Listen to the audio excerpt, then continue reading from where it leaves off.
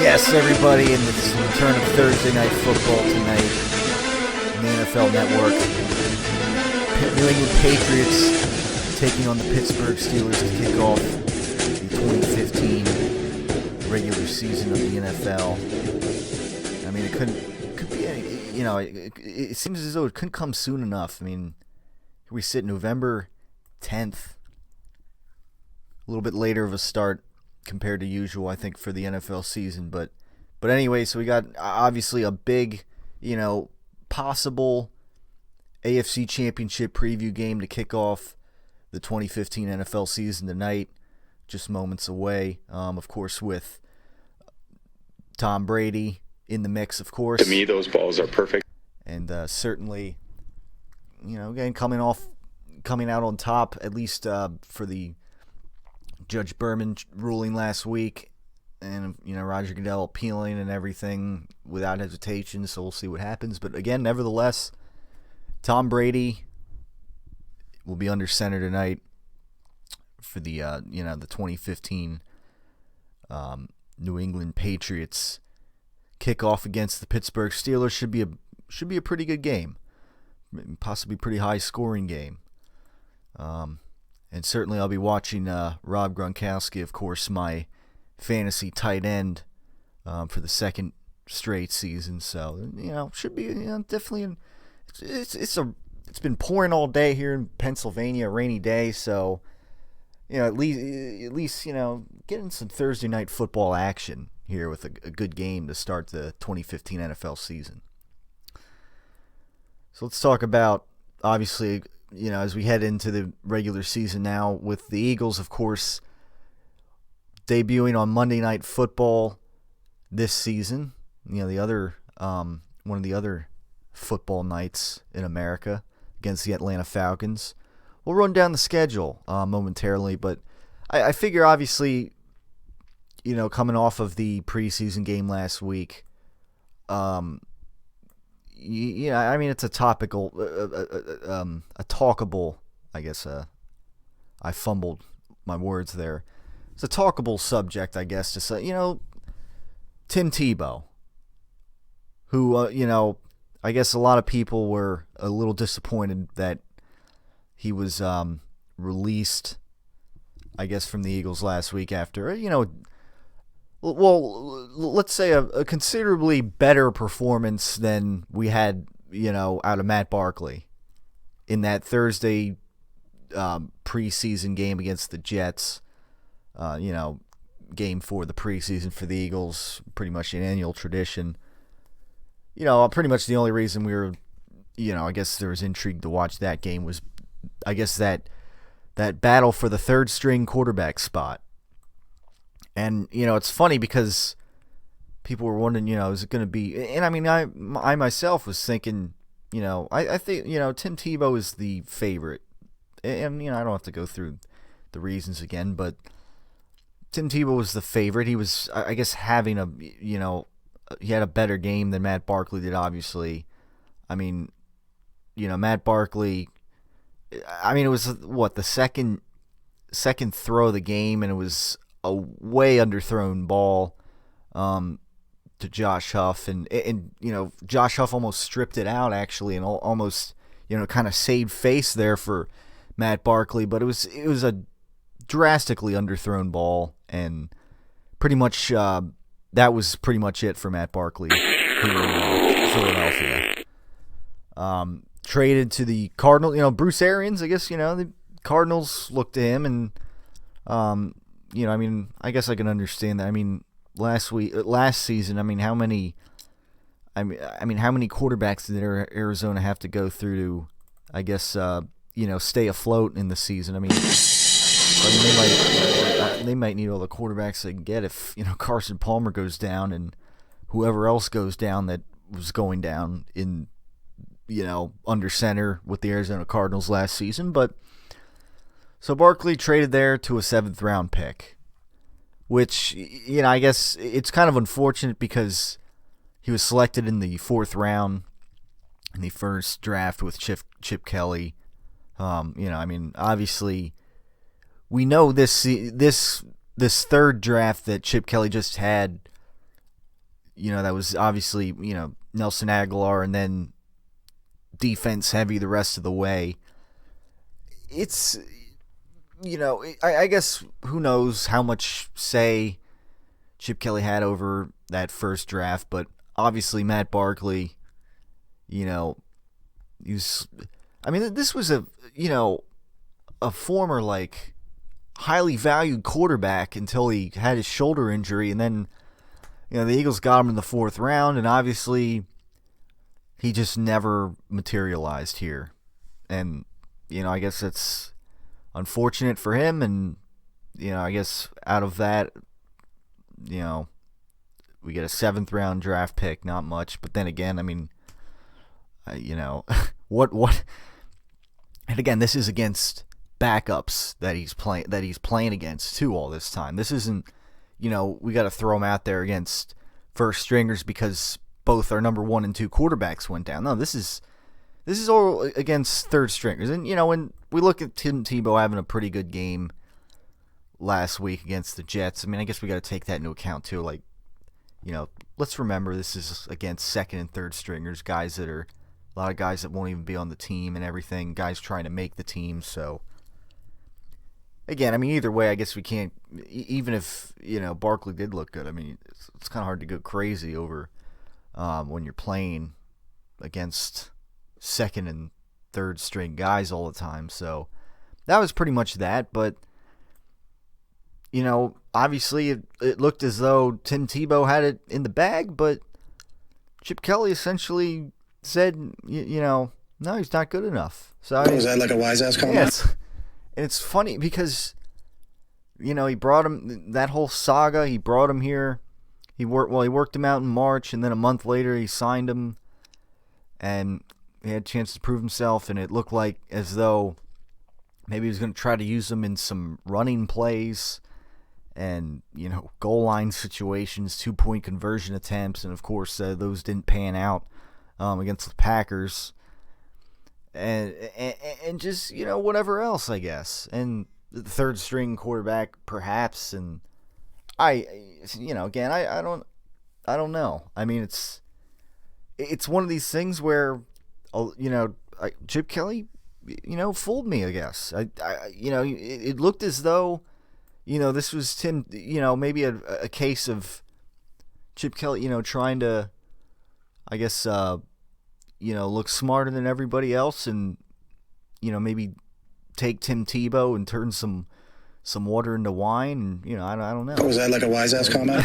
But anyhow, Tim Tebow, at least Tim Tebow was in good spirits after getting released and everything. He was grateful. Took to Twitter to thank the be thankful for this opportunity. And so obviously, Tim Tebow in good spirits. Our God is an awesome and, it's it's this Tim Tebow saga. I guess if you want to, if there was saga, I guess. Again, this is like pretty much third string saga. But the ovations he was getting. It came and it went. And I guess fortunately, at least, it looks like Chip Kelly went out and got a third string quarterback, I guess, for now, that can maybe be a project guy that maybe he can groom, for the next couple of years. I don't know. See if he can work his way up here in the NFL maybe. But obviously Barkley was not getting the job done. He didn't really show any improvement whatsoever in this league and against, second and third stringers pretty much.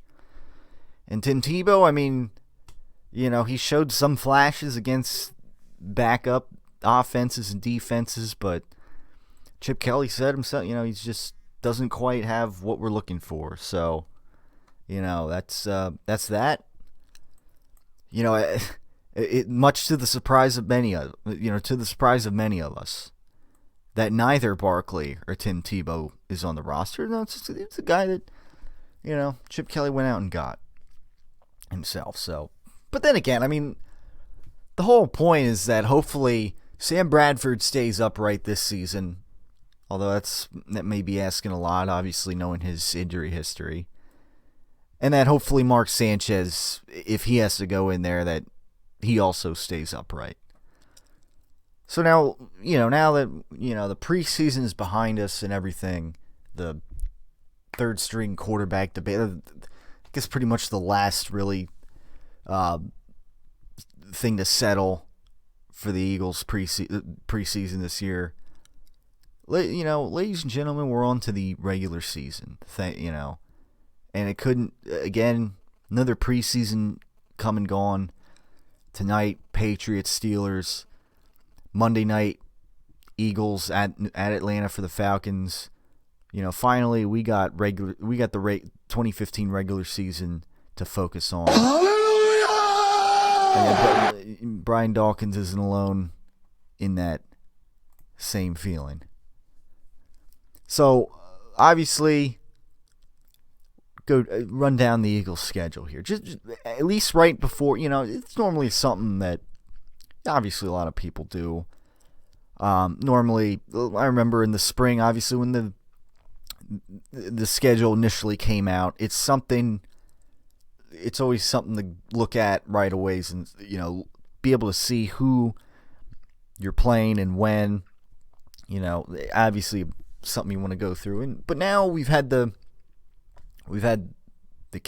training camp, the preseason to look through, and pretty much everything.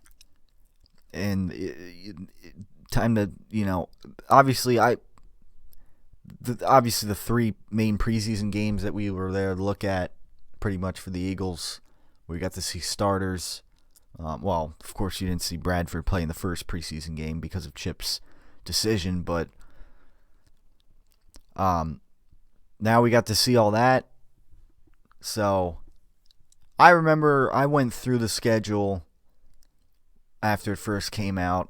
It may have been my last show on Kutztown Radio, actually.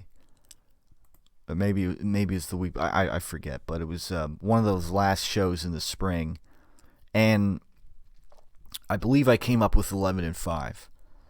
But now I'm looking at the schedule right now, and I don't remember exactly which ones I picked as losses.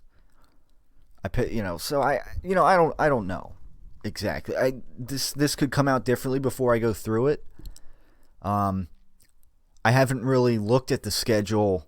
I haven't really gone down game by game since that time, really. I mean, kind of take it one day and evaluate what's going on in training camp, preseason. Figure, wait until the preseason's over. Obviously, a very interesting preseason that the Eagles had, putting up all kinds of points and everything, and we don't need to go through all that, but I will say, just skimming down the schedule before I go through it, I don't know if anybody else has taken notice of this, but there are like almost no defenses that the Eagles play that really, until later in the season, I guess you could say, that really stand out. There's no Seattle defenses really there's no, I don't know, there's no Houston Texans defenses or, some of these scary, no Ravens defenses or amongst other defenses in the NFL that are jumping out at me here as I go down the schedule. I mean, before I even go through wins and losses here, Atlanta, I mean, they got a new defensive-minded head coach, but I mean, they're in a, they got a, obviously some transition there. Dallas, their defense, again, I think was obviously helped last year, obviously with DeMarco Murray, their running game. They're able to, control the field a little better and everything. A lot of things going well for them last season. I could see very well see a possible return to the 2013 Dallas defense, especially with some suspensions and injuries in order there. The Jets, I mean, they got, I guess a decent defense, nothing. I don't know, maybe an average defense even. I mean, they got, I don't know, nothing that stands out. They got Darrelle Revis back, but I mean, he's getting up there in age, and other than that, I don't know. And then you got Washington. Washington, I mean, it's just a lost cause. New Orleans, I mean, they're not, not really a scary defense. The Giants, they have issues on defense. Carolina, I mean, they had a great defense couple years ago, but they weren't quite the same last year. I mean, they might be decent on defense. I don't know. The Eagles certainly killed them last year. So at Dallas again. Miami, I mean, they might have a decent defense. Tampa Bay, Detroit, New England, Buffalo has a pretty good defense, and Arizona is good defensively, obviously. Arizona is probably one of the, I guess, top 10, top 8 defenses in the league there. So, I mean, obviously good, one of the better defenses there, but again, no Seattle's on defense, no Ravens defense, no Bengals defenses. Some of the defenses that really have a good track record, I guess you could say, or a scary defense. So, I mean, before I even go through this, I mean, this could be a very offensive season for the Philadelphia Eagles. Seeing what we saw in preseason, knowing Zach Ertz wasn't out there yet, with his injury issue, and some guys coming along in the season, I mean, this could be a pretty productive offensive season for the Philadelphia. I mean, let's say that there could be some record, maybe running the football, certainly. And who knows with throwing the ball. I mean, we'll see with Bradford. I don't know. But certainly there's going to be a lot of high-scoring Eagles games, I would say, this season to watch. With, again, no Seattles that they're playing really on defense for the most part.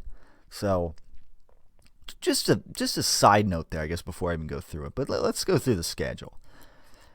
At Atlanta, obviously start Monday Night Football off. I think this should be a competitive game. Obviously Matt Ryan, Julio Jones. It's kind of a new transition of a team, though. I'm not expecting much from Atlanta this season. So again, transition year. I think the Eagles are going to come out strong. Their defense, again, some moving parts right now. It might be a high-scoring game. But I think the Eagles come out on top and win that first game. And then they host Dallas.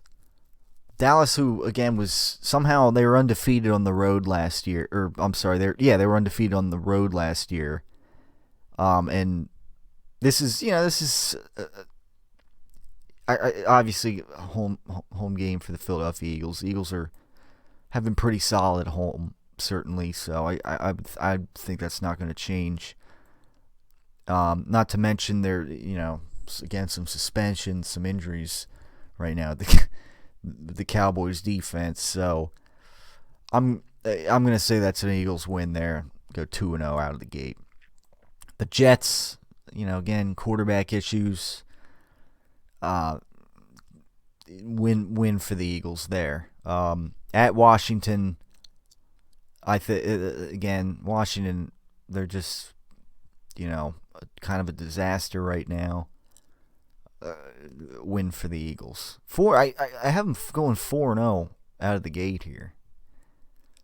But I mean, it's not. I mean, the only.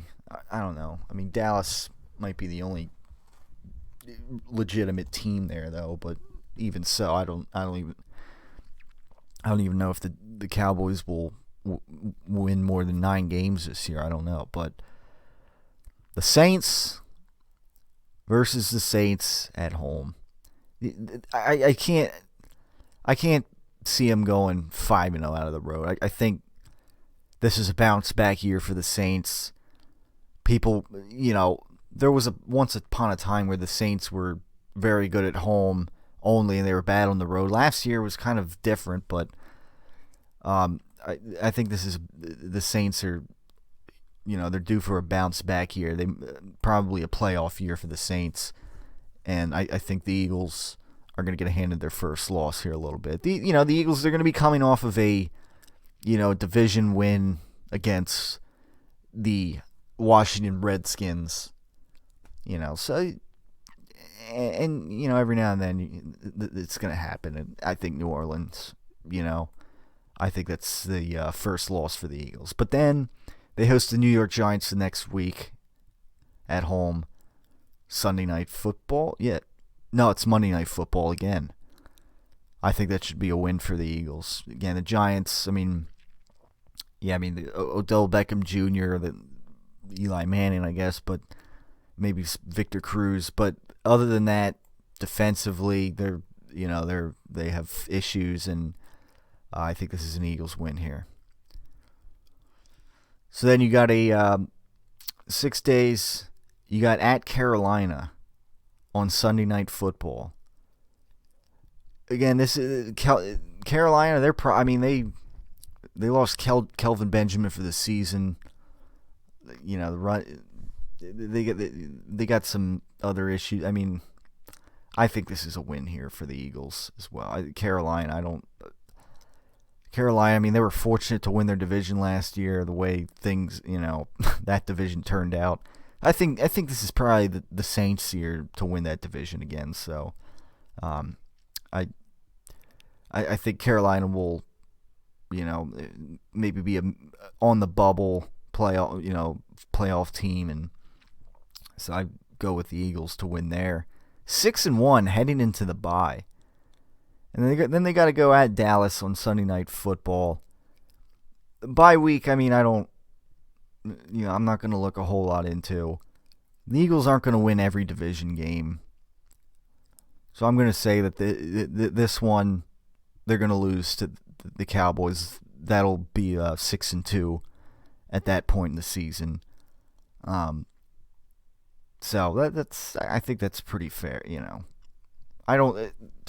in the division. I don't know. Dallas, close competitive game, but I think the Cowboys win that one. Then versus Miami at home. I'll bring up the power rankings shortly, but in some of the outrageous things I've seen in the power rankings, but Miami, there's a lot of hype with Miami, and I just don't buy Ryan Tannehill, and I just don't buy them enough to say that they're a playoff team this year or anything, and I don't know. I don't talent. They just don't. They don't scream, 12-4 like the New England Patriots, let alone even maybe a playoff wild card spot. But that's just me. I think that's a home win for the Eagles, 7-2, and then hosting Tampa Bay. Should be a pretty easy win there. It's Tampa Bay. They got, got some receiving weapons. Rookie year, obviously, for the obviously for the number one pick, Jameis Winston. So I see that as a win. And again, some of this could be slightly different because it depends. Maybe Sam Bradford goes down for a few weeks, maybe in the mid-season or something. Who knows? So I have them winning versus Tampa Bay, puts them at 8-2, and we got the final 6 games, and we have at Detroit on Thanksgiving. I don't. This is a quick turnaround game for both teams. I don't see Detroit, defensively being quite as, I guess, solid as they were last. And offensively, again, it could be a shootout of a game, but on Thanksgiving afternoon. But I think the Eagles get the win here. And then next week at New England, of course, Brady and Belichick, I think they take a loss. This is the end of this subject for me for a long time. And and I'm sure we'll be bound to get a pretty monotone press conference out of Bill Belichick afterwards, after the game, that we can probably tune into. But anyhow, so that's a loss there for the Eagles, 9-3. At that point, then the Eagles host Buffalo with perhaps LaShawn McCoy there. Shady's been, I don't know, he's had a couple injury issues, it seems, this preseason, but nevertheless, running back in general, they've had some issues, it seems, with injuries, but I think that's an Eagles win. Again, quarterback, they got a new quarterback, it seems, a new system they're trying to string together, but it's a bit early for them to really make some noise, I guess, this season, despite going 9-7 last year and having a chance at making the playoffs with Kyle Orton at quarterback, of all people. So I see an Eagles win there. And that's 9-3. Now hosting Arizona, that would be 10-3. They got 3 games left. Now hosting Arizona, I think this is a little interesting because obviously last year, we saw, that game with, at Arizona, the Eagles had some chances to win. They couldn't pound the ball in near the goal line and stuff like that.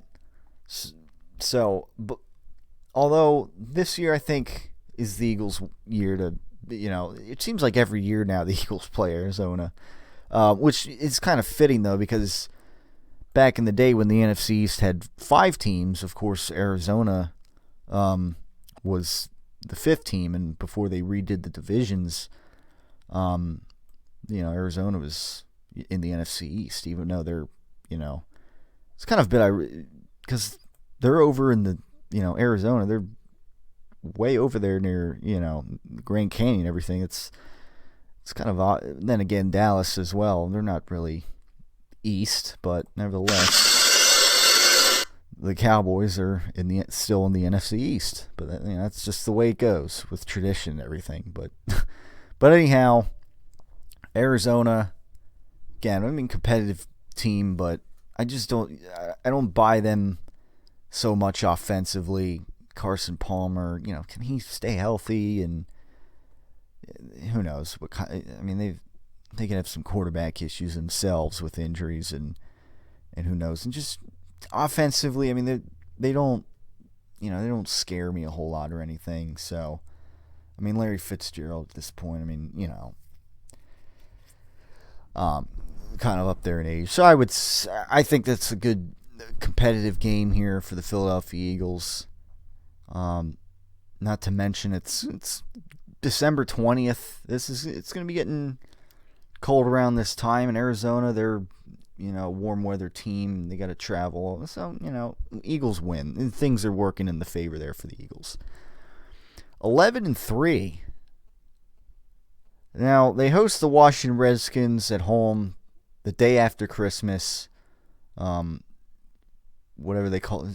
Do they call that Boxing Day? Or I don't know. I'm not going to. That's, it's not Christmas time yet. What am I saying? So I'm not going to get into that. But anyhow, the Redskins, I don't know. Maybe how many wins? Maybe they'll have 3-4 wins at that point. I don't know. But anyhow, I guess, it's should be a win for the Eagles here. It shouldn't. This game against Washington, this shouldn't be like the beginning of the end, like last year when, the Eagles were shooting themselves in the foot, and that 9-3 season that they were having went south pretty quickly to a 9-6, and ultimately nothing to play for against the New York Giants in the last game. It's kind of funny how the last 2 games of the season are the same matchups there. But at New York, the Eagles are going to be coming off of 3 straight wins at home, and then I think a desperate New York Giants team at this point, and I think the Eagles, they will have less to. Who knows? 12-4. I think the Eagles lose to the New York Giants the last game of the season.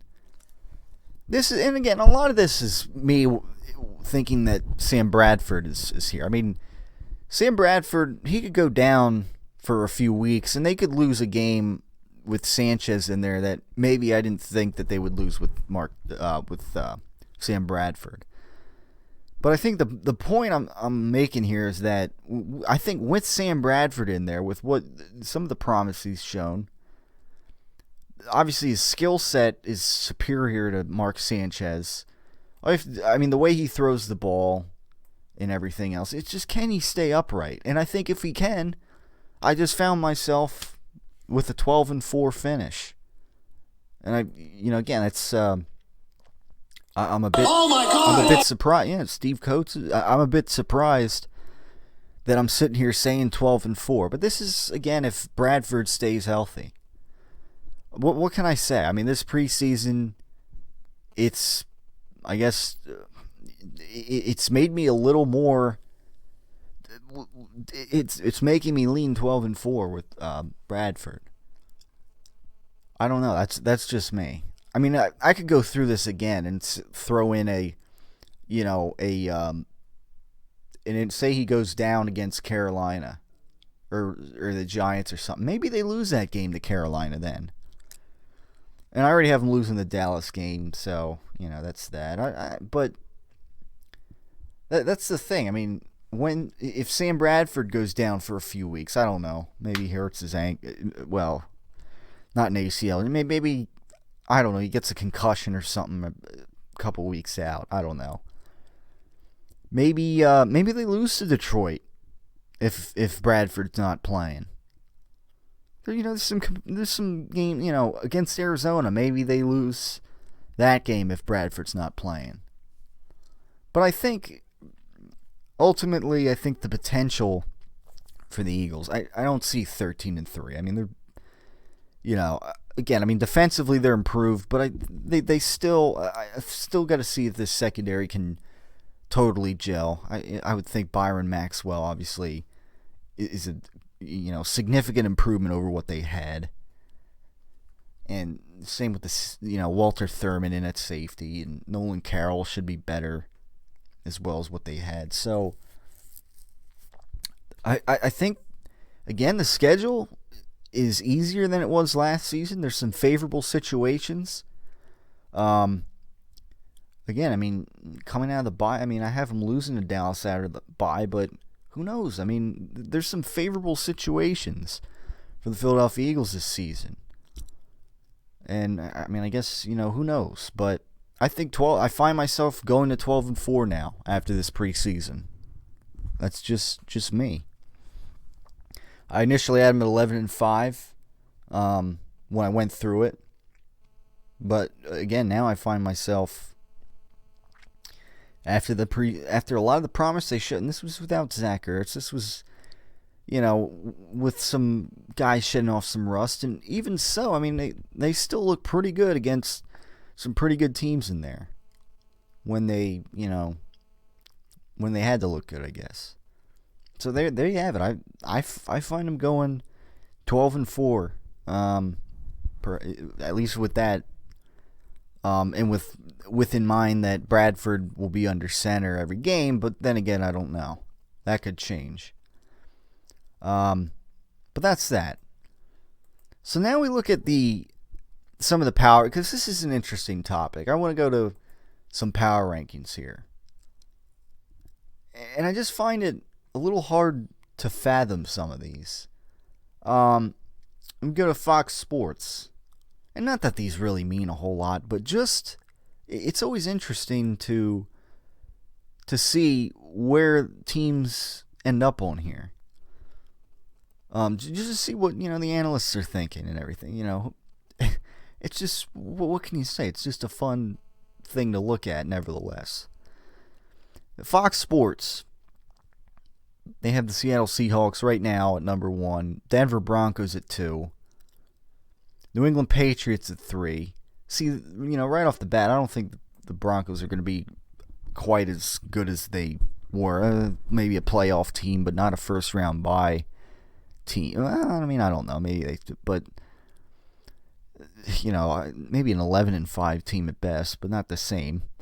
New England Patriots 3, Green Bay Packers 4, Dallas Cowboys at 5, Baltimore Ravens at 6, Miami Dolphins at 7. They got Ndamukong Suh, I guess, but still, I mean, does this, I don't know. Does that suddenly push him up to number 7? Indianapolis Colts 8. The Colts are below the Miami Dolphins.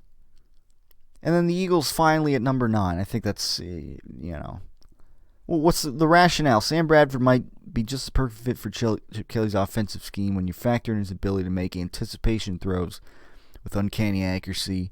The defense still has question marks, particular nickel cornerback, but the offense could be elite.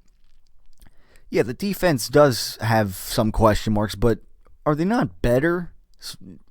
They made a few they made like 3. Not the secondary. I mean, pretty much everybody is different except Malcolm Jenkins. And the corners and Walter Thurman at safety are better than what they had last year.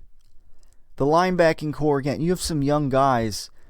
The front 3 getting better. So, yeah, there's question marks on defense still, but certainly the defense should be a marked improvement over what they were last year. It's just me. But so the Eagles are all the way at number 9 there. I think, I don't know. That's, if I were to do a power rankings, I mean, right now, I might go Seahawks 1, Patriots 2. Now, of course, Tom Brady is back and not suspended and whatnot. To me, those balls are perfect. I mean, Packers, they still got Aaron Rodgers. I'd still probably have the Packers ahead of the Broncos. And then after that, I don't know. Who knows? I might think Eagles. If I have the Eagles finishing 12-4 with Bradford, I might have to, even if they finish 11-5, who knows? They still might be up there. But that's Fox Sports. They have them at 9. They have the Cowboys at number 5. Let me read the rationale since I didn't do that. The Cowboys may have to use the short passing game as an extension of the run game now that DeMarco Murray is gone. And Tony Romo may have more pressure on him this year to carry the offense. And he's not getting any younger. The additions of edge rushers, Greg Hardy, Randy Gregory, and healthy DeMarcus Lawrence will give the Cowboys' pass defense a major bump. Yeah, well, again, there's between injuries and whatnot, but other than that, they got some other issues on defense. Let's not ignore those. So that was the Fox power rankings. Now I'm going to go to I believe the CBS one might be rather outrageous, if I'm not mistaken. It's funny with computer. Like, sometimes you click back to go back, and it's just, it's not working at the moment. All right, here we go. Back to the page here. And, all right. That was the Fox Sports. Let's go to... We'll go to... all right, John Clayton did the ESPN power rankings for the NFL. And, we got a Subway, I guess, background here. And, we're having some... unfortunately, we're having some internet issues going on here. Are you kidding me? I'm just trying to look at some power rankings, but so yeah, we're scrolling down here. Clayton for the ESPN power rankings. I hate how videos. It's like they have to start videos up, right when you go to a page. What makes a Subway footlong the biggest, best? Yes. All right, we gotta. And which you do. Because it's all about your choice of freshly baked bread, tender meats, melty cheeses, and everything in between. So there we go. Some, Subway ad. What do they advertise? The Subway footlong. They're advertising like a cheesesteak or something, and quite fitting here as we talk Eagles, I guess. So let's go have a ham sandwich. Yeah, if you want. All right. So Seahawks number 1. Patriots number 2, Packers 3, Colts 4. See, I agree with this. I think is kind of spot on right now. So yeah, Clayton so far I think has this pretty solid. Colts 4. I forgot. I think the Colts are gonna have a good season. Colts might be the second place team in the AFC. So I'm gonna that's and then the Broncos 5, I guess. Cowboys 6.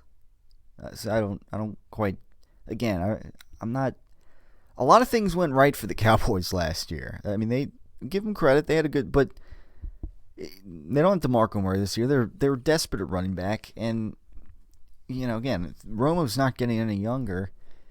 If there's gonna be more pressure on Romo like there was the other year ago, I mean, can he survive the season with his back and everything?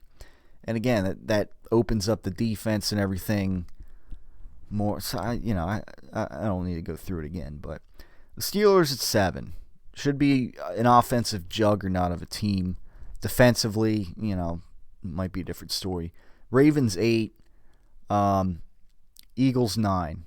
So again, I mean it says here the last week he had him at 11, but I guess again the preseason is making people think maybe they're maybe they're gonna be better than they thought they were.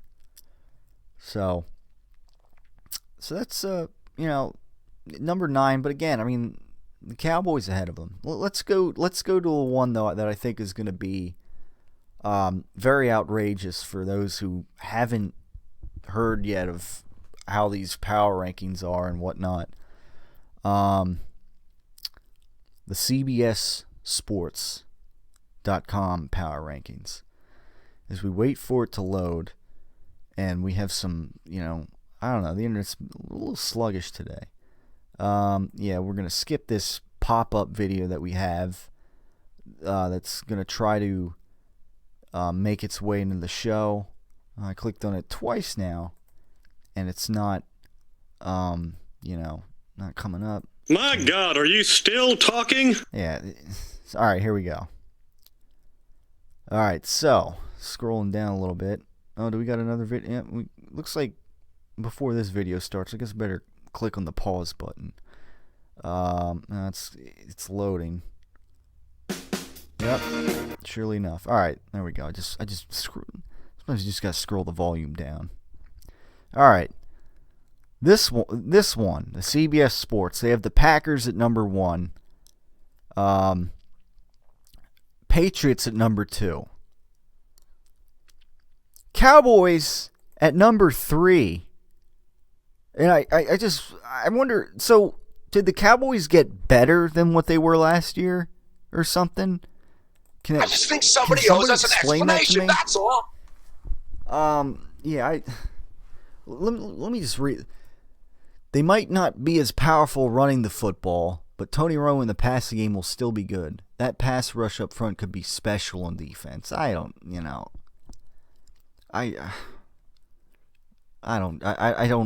buy that a whole lot. The running game is not. They may not be as powerful running the football. Well, that was their identity last year. That's what helped the defense out a great deal. And yeah, the pass. I mean, the Eagles have a great pass rush. There's other teams with great pass rush, but that doesn't mean anything. The Eagles you could say the Eagles had a pretty good front three last year as well, but that didn't necessarily mean the world. So what? The Cowboys are number 3 in this power ranking. I don't get that. Number 4, the Steelers. Number 5, you got the Colts. 6, you got the Cardinals. I think that's high for the Cardinals. 7, the Ravens. 8, the Broncos. The Seahawks at 9.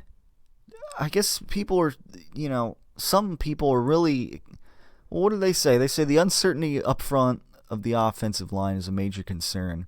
The addition of Jimmy Graham might be able to compensate for it. We know the defense will be good if the starting secondary is on the field.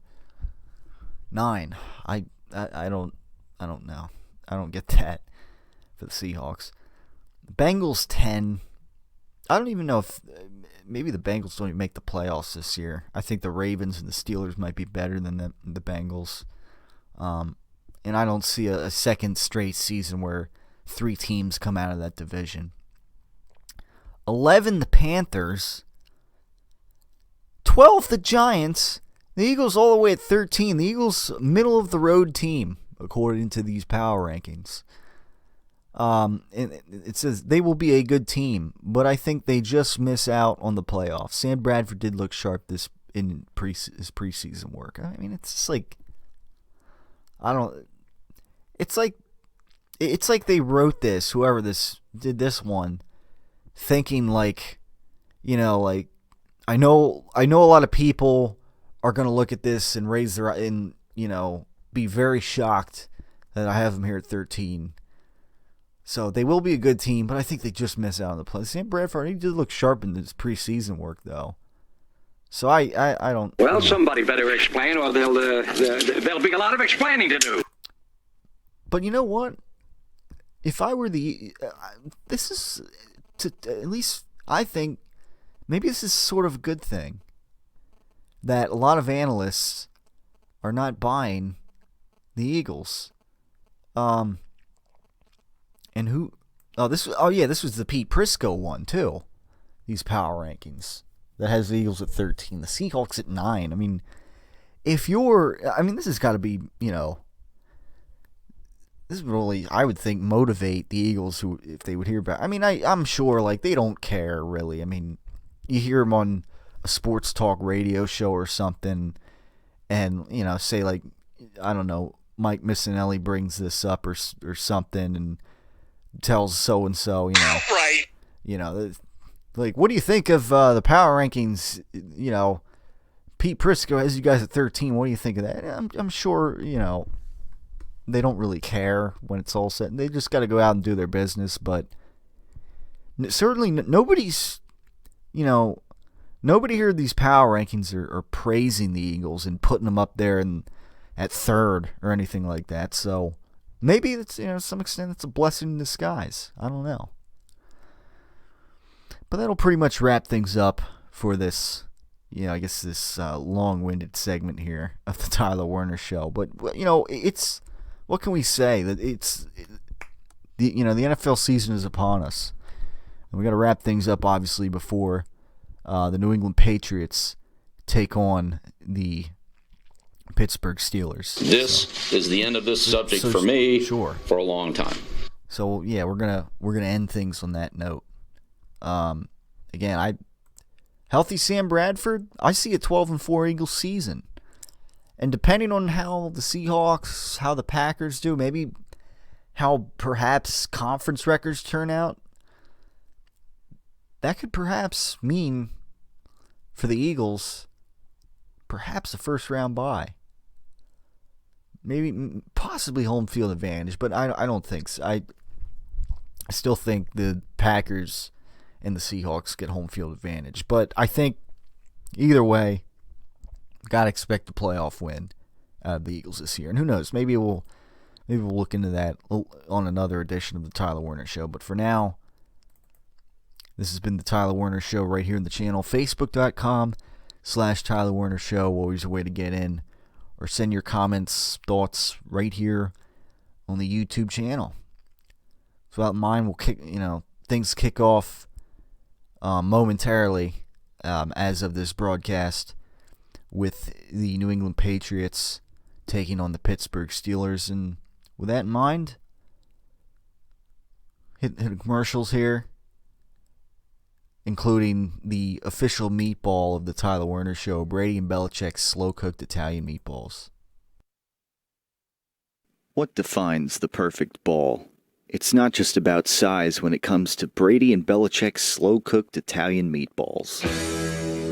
I've handled dozens of balls over the past week.